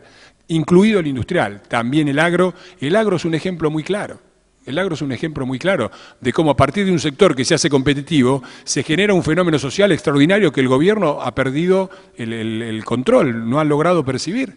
Una clase media, urbana, rural, mezclada, que empieza a reocupar el país, que empieza a desarmar el cordón conurbano de Buenos Aires, que es el núcleo principal de la desesperación y de la pobreza y la marginalidad del país, el núcleo industrial viejo estilo, a eso me refiero, y que se está empezando a desarmar justamente porque aparece una clase media rural en todo el interior, pujante, que mira el futuro, que quiere que los hijos estudien, vayan a la universidad y tengan una vida mejor que ellos. Y esto es fundamental. A mí me llama la atención, lo dije el otro día en el discurso en la Cámara, digo, yo venía del marxismo y en los 70 discutía con los chicos de la JP por si la burguesía nacional existía o no existía. Digo, un sector político que durante décadas y décadas ha dicho que el problema de la Argentina era que no tenía una propia burguesía nacional y ponía siempre como ejemplo el ejemplo de Brasil, cuando aparece una verdadera burguesía nacional, es decir, un sector productivo que hace trabajo produciendo y no especulando, que reinvierte en la producción, y si no reinvierte en la producción, reinvierte por lo menos en el país. Rosario, la construcción de Rosario y en todos los, es un ejemplo evidente y se ha producido en diferentes maneras en todo el país. Si esa no es si la burguesía nacional argentina no es el sector agropecuario, yo quiero saber dónde está. Entonces, este es un problema central. Volvamos a la educación, me fui. La escuela nacional, la idea nacionalista de la escuela, lo que todos vivimos nosotros. Llegamos, sube la bandera, nos vamos, baja la bandera. 2 días patria, porque con 2 fechas patria por año, porque con una no nos alcanzábamos. Necesitábamos 2. Único país en el mundo con 2 fechas patrias. El programa de historia argentina, 80% del programa dedicado a la geografía y a la historia nacional. Es un programa obsoleto. Todo eso tiene que ser mantenido y tiene que ser mejorado, pero sobre todo tiene que haber contenidos que a los chicos les hablen del mundo y del futuro, que es el mundo en el que van a vivir. Por lo tanto, acá es necesario tener una idea que desde el punto de vista del nacionalismo hay que abandonar una escuela no nacional, sino nacionalista, y pasar a una escuela cosmopolita, una escuela que hable de los valores del futuro, una escuela que perciba en las identidades no como identidades únicas. No es que la identidad nacional tiene que desaparecer o va a desaparecer, es que es una identidad entre muchas, empieza a ser una identidad importante entre muchas. Yo me considero porteño, viví 10 años en Europa, soy ciudadano de 2 países europeos, sé desde luego que soy argentino y orgulloso de ser argentino. Pero esa identidad es una identidad también. Soy también un ciudadano sudamericano, soy un latino y no un nórdico. Son identidades absolutamente, soy de una determinada generación, me gustan determinados tipos de músicas. Todas estas identidades que estaban tapadas en el molde fuerte de la identidad nacional resurgen, reaparecen. Cuando uno le pregunta a los chicos, raro que digan, ¿y vos qué sos? Pocos, algunos dicen que soy argentino, pero muchos dicen, ay, yo soy de Boca y de los Redonditos. Con los bolivianos y con los paraguayos que llegan a nuestro país y necesitamos en las ciudades cada vez hay mayor cantidad de turistas y si nosotros tenemos una identidad cerrada y paranoica, como nos inculcaron en la escuela, yo me acuerdo, a nosotros nos decían, el virreinato del Río de la Plata era así, ¿no?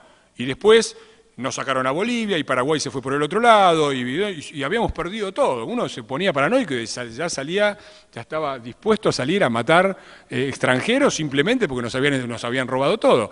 Ahora, cuando uno estudia la realidad de la Argentina, a mí me causó gracia algo que dijo el otro día la presidenta Evo Morales, le dijo, porque tu país formaba parte del mío cuando se declaró la independencia. Bueno, si uno fuera más exacto desde el punto de vista de los prestigios culturales y de la riqueza, en realidad era más bien la Argentina que formaba parte de Bolivia y no lo contrario. Porque yo no conozco muchos héroes bolivianos que hayan estudiado en Córdoba o en Buenos Aires o en la Argentina, y sí muchos prohombres de la Argentina que estudiaron en Chuquisaca. Y eso, entonces, esta idea paranoica es la que está terminada, no de la identidad nacional, el gusto por la samba. Yo soy un buen bailarín de tango y si me apuran me canto un tanguito en forma decente y cuando escucho a Di Sarli sé que es Di Sarli y que no es D'Arienzo, eso lo sé muy bien y me gusta eso, me gusta, pero no me pongo paranoico cuando veo un extranjero. Y cuando empiezo a pensar que la Argentina en realidad era una cosita así muy pequeñita y muy débil y que es un territorio enorme, me parece que las visiones paranoicas del nacionalismo nos impiden muchas cosas. Por ejemplo, aliarnos con todos nuestros países que están alrededor y formar una gran unión sudamericana, porque nos las pasamos hablando de la unidad latinoamericana y Sudamérica tiene la originalidad histórica de haber sido el único continente nacido sobre la idea de la unión continental y no sobre la idea del aislacionismo nacionalista, y sin embargo somos como 20 países, todos divididos, nos peleamos por el Mercosur, nos peleamos con los brasileños por los zapatos, con los uruguayos por las pasteras, con los chilenos por el gas, y nos peleamos y nos peleamos y nos peleamos, y los otros países que según parece nacieron en el nacionalismo ya entendieron que se tienen que integrar a un mundo de otra manera. El otro idea fuerte de esta idea cosmopolita de la identidad y de la escuela cosmopolita es que la diversidad ya no es una fuente de conflicto, sino de riqueza. Porque vamos a vivir cada vez más en un mundo de grandes migraciones y si vemos a la diversidad como el enemigo, entonces estamos en problemas. Y acá hay una culpa para Sarmiento, porque la escuela sarmientina, entre sus muchas las enormes contribuciones que dio al país, tuvo esta cosa negativa de la uniformización, de hacer todos argentinos, entendidos por argentinos, gente que se olvidaba hasta del lenguaje que hablaban los padres. En la Argentina es impresionante. Yo que estudié un poquito la cuestión inmigratoria, en Estados Unidos el lenguaje, por ejemplo, de los italianos se perdió a la segunda o a la tercera generación. En Argentina se perdió de un día para otro. Entonces hay que pensar la diversidad como riqueza y no hay que confundir la uniformidad con la igualdad. La uniformidad es cultural, la igualdad es política. Estamos todos por un mundo donde todos seamos iguales políticamente y diversos y diferentes desde el punto de vista cultural. Y donde podamos convivir el tipo que le gusta el fútbol con el fanático de los redondos, con el chico boliviano que tiene una forma cultural diferente, con el alemán que el padre se vino acá y tiene que crecer en la escuela. ¿Qué más? La escuela del industrialismo está obsoleta. La escuela, el modelo central de la sociedad industrial era la fábrica. Y cuando uno piensa en la escuela, era una gran fábrica, donde entraba la materia prima, los alumnos, había una jerarquía piramidal que iba desde el ministro de Educación al inspector, al director de la escuela, al profesor, al maestro, etcétera, etcétera, una jerarquía claramente piramidal de autoridades, y entraba una especie de cadena de producción fordista, donde así como al auto primero le ponían el chasis y después le ponían el guardabarro y después le ponían el motor, acá le daban en primer grado el chasis, que era la lectoescritura, y después le agregaban exactamente con los mismos métodos que ridiculizó Charles Chaplin en tiempos modernos, ¿no? La cadena fordista de producción. Esto se terminó. La escuela tiene que ser concebida en términos de la sociedad de la información y por lo tanto el modelo es la red. El modelo de la sociedad de la información es la red, una red donde diferentes actores aportan a objetivos comunes. Entonces, hay ciertas cosas que son, digamos, si nosotros pensamos el problema, por ejemplo, de poner una computadora en cada pupitre, y yo estoy insistiendo en esto en la coalición cívica, este tiene que ser un programa de gobierno. Cada ciudadano argentino tiene que saber, sin importar dónde está parado, que su chico va a llegar a la escuela y en la escuela va a haber una computadora con la que va a poder trabajar. Si no, no vamos a ningún lado. Pero esto no necesariamente se hace destinando grandes fondos del Estado, porque ¿cuántos somos los de clase media que estamos descartando una computadora que todavía anda bien y que se podría mantener y que no va a parar a la escuela, que la vendemos por 2 pesos o la tiramos, y que si viniera a la escuela del barrio y nos dijera, ¿por qué no la dona? Y tuviera una campaña permanente de donación, se dotaría de computadoras en 5 años tendría la escuela llena de computadoras, y podría ponerse de acuerdo con la Universidad Tecnológica, con las escuelas técnicas, para que hagan la reparación, aprendan a reparar computadoras, reparando las computadoras de la escuela pública. Entonces hay que pensar formas de estructuración que ya no dependan del todo, y no estoy diciendo que el Estado tenga que desaparecer, tiene que estar complementado por el rol de la sociedad civil y por los actores de la sociedad civil en una forma innovativa y que permita los aportes en una sociedad en red. Lo otro es que, como se terminó el industrialismo, todo este sistema, el contenido oculto de la educación nacional industrial era el nacionalismo y el industrialismo. El industrialismo, ustedes se acuerdan, sonaba un timbre, a formarse, adentro, tocaba el timbre, salíamos al recreo, esto entrenaba obreros para la cadena de producción. Es exactamente como funcionaba una cadena de producción. Todo esto se tiene que terminar y lo que tienen que crear son chicos que tengan gran capacidad de manejar elementos simbólicos, porque acá está la riqueza. En esto está la enorme riqueza, en el conocimiento, en la información, en la diversidad cultural, en la innovación. Y en todo esto, la paradoja es que los argentinos somos muy buenos. ¿Por qué vamos a competir con los chinos en el terreno del trabajo repetitivo y manual cuando somos muy malos en eso y somos muy buenos en lo otro? Y por lo tanto, como se acabó el paradigma nacional industrial, hay 2 elementos que son fundamentales. 2 lenguajes que son decisivos, el lenguaje de la computación y el lenguaje del inglés, que no puede ser ya pensada en la forma paranoica y zombie de si aprendemos el inglés, perdemos la lengua nacional, porque existen, cualquiera que haya viajado a Holanda o a Alemania, sabe que el 90% de la población habla un inglés casi perfecto y no han dejado de hablar alemán, que yo no me enteré por lo menos de esto. Esto es otra vez el universo de suma cero, ¿eh? O hablamos castellano o hablamos en inglés. Si ponen en inglés, no hablamos más castellano. No existe más. Y no existe más porque esto pasa si yo tengo un contenido de tiempo de educación muy pequeño y tengo que elegir o el inglés o el castellano. Hoy, cada vez más, los tiempos de la educación son mayores. ¿Cuántos son los años? 22 años. 17,5. Hay tiempo suficiente para aprender 2 idiomas más sin que perdamos las horas de castellano. Porque la información cada vez ocupa un rol central. Antes era loco, si el tipo va a laburar en la industria como obrero o como agricultor en el campo, no tenía sentido 17 años de educación, para eso era una pérdida de tiempo, era desde el punto de vista de la eficiencia económica completamente no productivo. Hoy 17 años son escasos y termina los 17 años hay que seguir aprendiendo hasta el final de nuestros días porque si no nos quedamos afuera. Y para eso se necesita aprender computación e inglés, junto con el castellano, sin perder el castellano, sin dejar de leer a Guido y Hispano y el Facundo de Sarmiento y el Martín Fierro, pero también inglés. Escasez de información. ¿En qué sentido pasamos el cambio al universo de posescasez es decisivo? Porque entre las cosas que escaseaban estaba la información.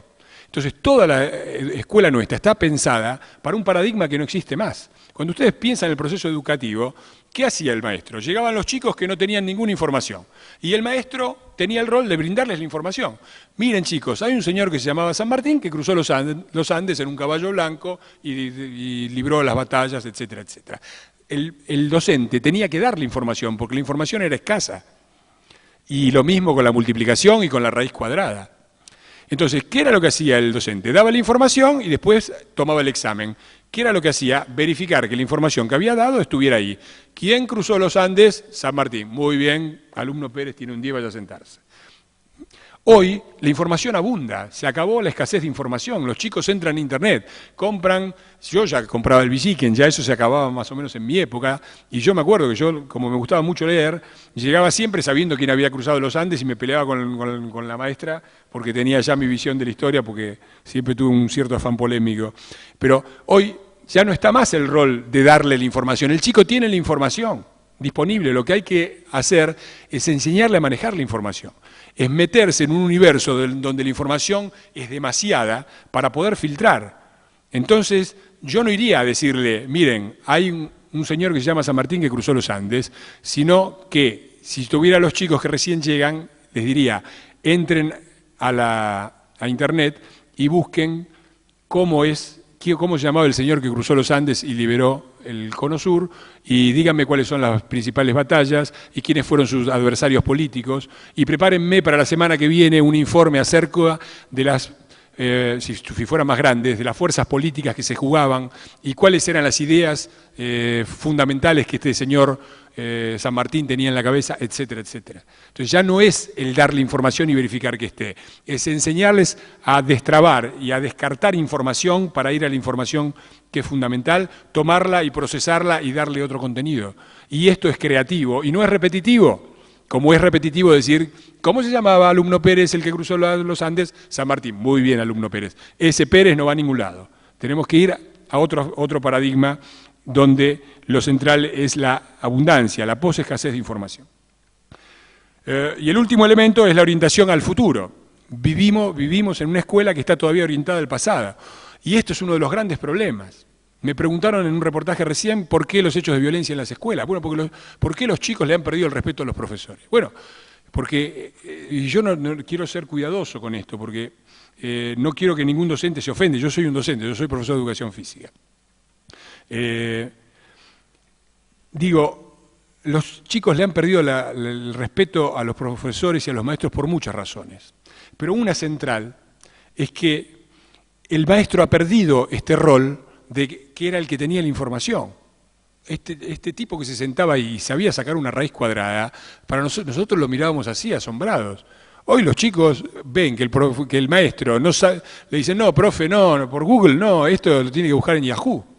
Y es difícil que mantengan una relación de respeto cuando en muchas cosas que a ellos les parecen fundamentales, que es el mundo en el que ellos viven, son mucho más hábiles los chicos de 6 años que los profesores y los maestros. Entonces, un punto central en el problema de la educación es la actualización docente.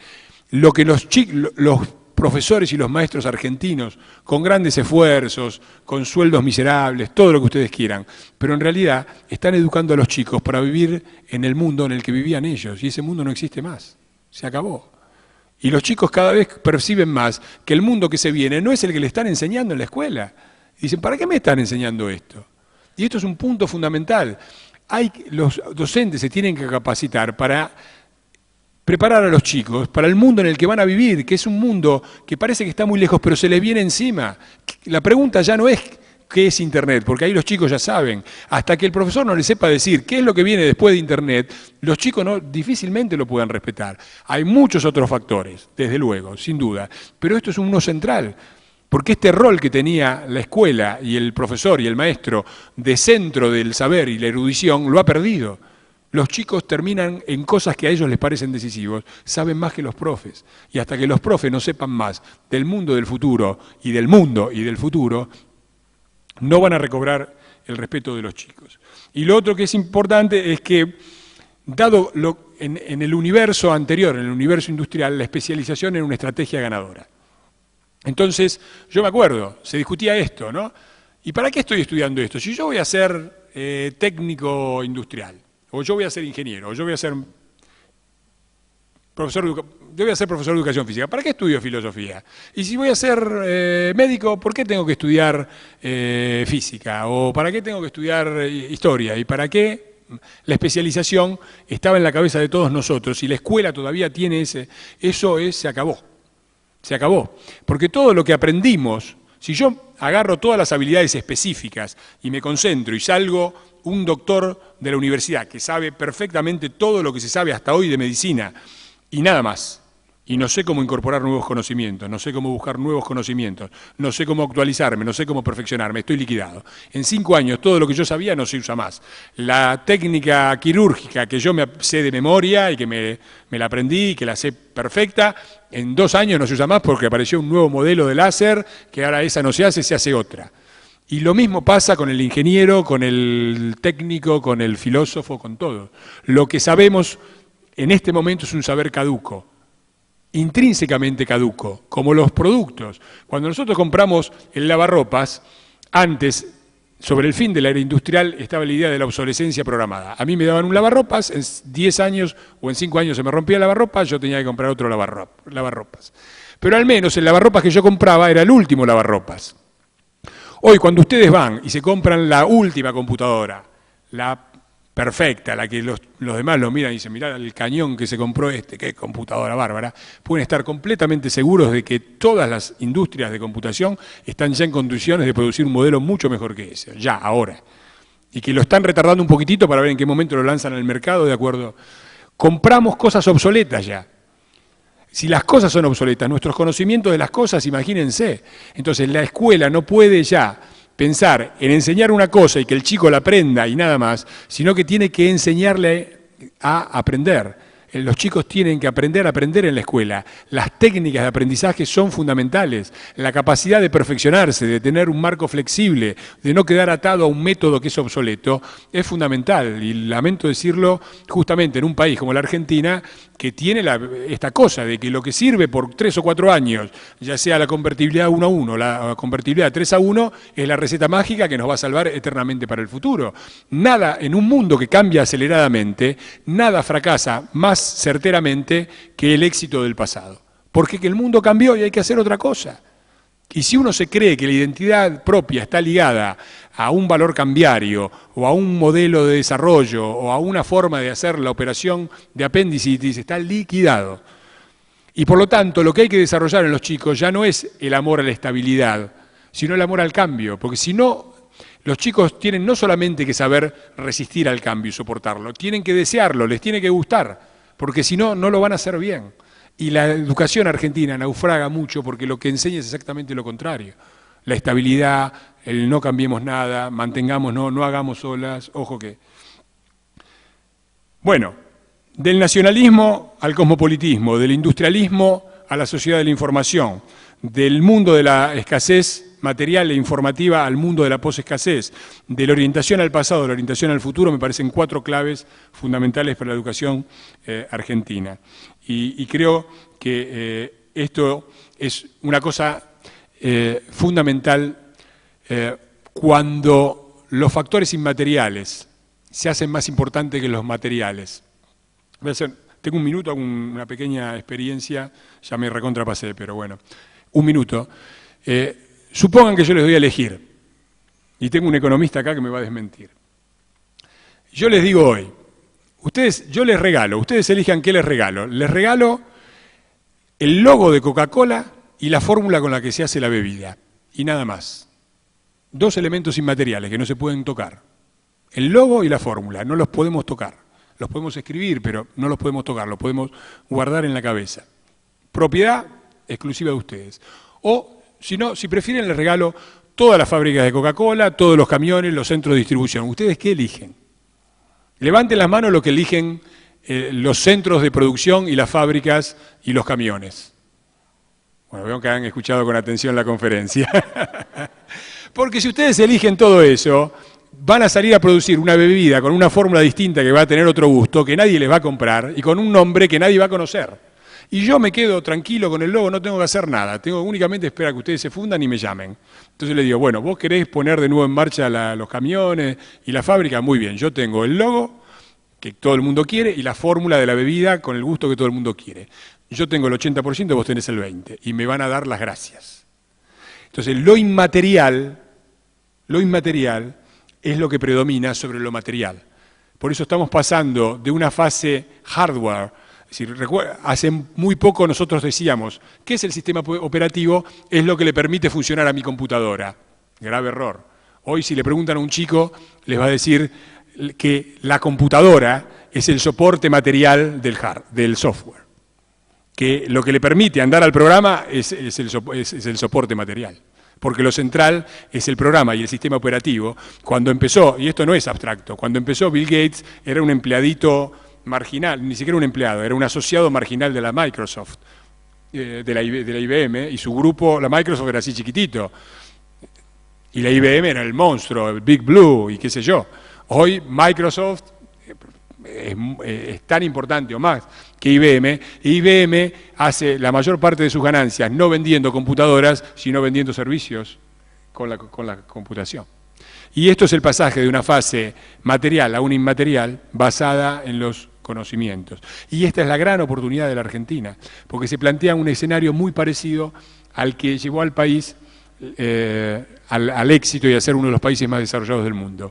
Un sector capaz de producir una gran cantidad de riqueza a través de la explotación de los recursos naturales, con mucho trabajo intelectual agregado, pero de los recursos materiales, que tiene que ser redireccionado también con un alto impuesto a las ganancias, con un impuesto a las ganancias progresivo, que paguen más los que más tienen y que esa riqueza vaya a evitar el hambre y además a garantizar la sanidad y la educación de todos. Porque todos los países que se han desarrollado en los últimos 20 años, todas las experiencias exitosas han tenido dos claves: alta inversión en sanidad y en educación y una orientación de la economía nacional al mundo, una orientación inteligente, no abrirse de piernas indiscriminadamente, sino una orientación inteligente de integración que permita que la riqueza que se genere se redistribuya entre todos los ciudadanos y que integre dos paradigmas que han ido cada cual por su lado en la historia argentina. Por un lado la modernización